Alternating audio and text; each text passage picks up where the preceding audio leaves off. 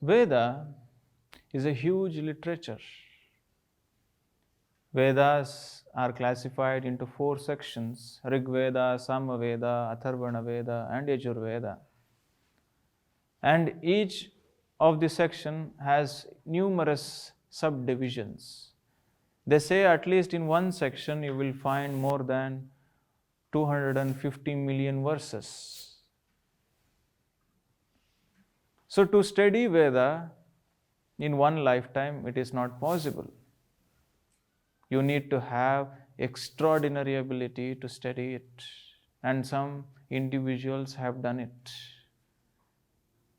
Yoga, to practice yoga in the olden days was so difficult.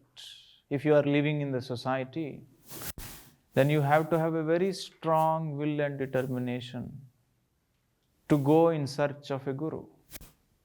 There was no authentic text to rely upon, or you really don't know whether the practice that you are doing is the authentic one or not, isn't it?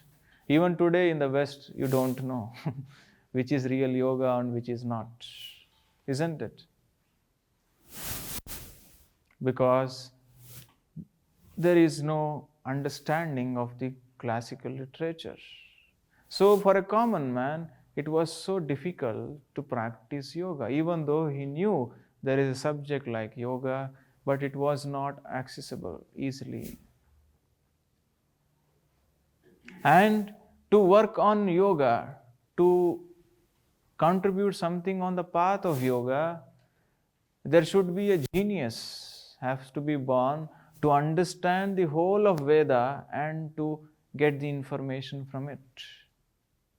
When I was explaining yesterday, Upanishads are the origin of yoga, and there are thousands of Upanishads. And each Upanishad you will find some references about yoga. Not in detail, here and there, scattered. The information of yoga is all scattered over the Vedic literature. And there was a man called Patanjali. We call him Maharshi Patanjali. We call him the greatest sage. Maha means the great. Rishi means the sage. He is the greatest sage. Why? Because he was able to study whole of the Vedas. And he compiled all the information about yoga,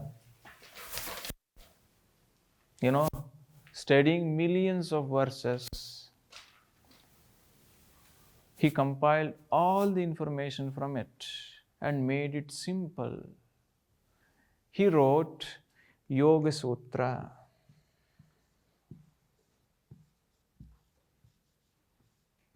Yoga Sutra, which has 195 verses and which can easily fit in one single page.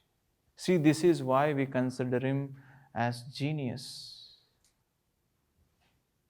Understanding the complex idea and putting it in simple words, as simple as possible, using as less word as possible, Patanjali wrote Yoga Sutra. And not only he compiled the information, but he systematized how to approach yoga.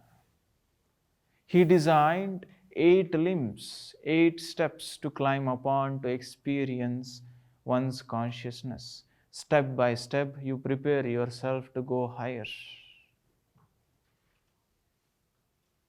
That is why Maharshi Patanjali's yoga is also called as Ashtanga Yoga. It has 8 limbs in it. He compiled the information and he systematized the path.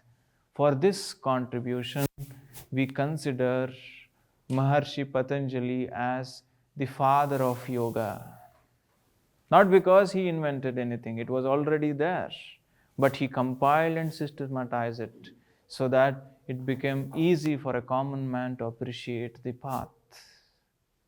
So for this, we consider Maharshi Patanjali as the father of yoga.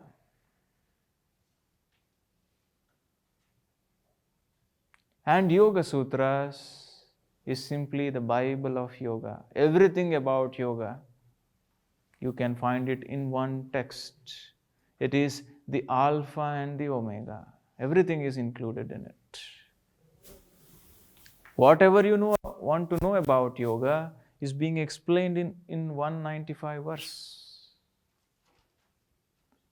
And why we call Maharshi? We don't simply call anybody a Maharshi, because if he is only the extraordinary, then only we call him the Maharshi.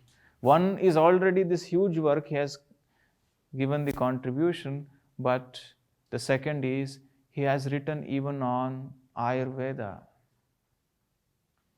He has written Ayurveda Samhita, which is the Indian medicine.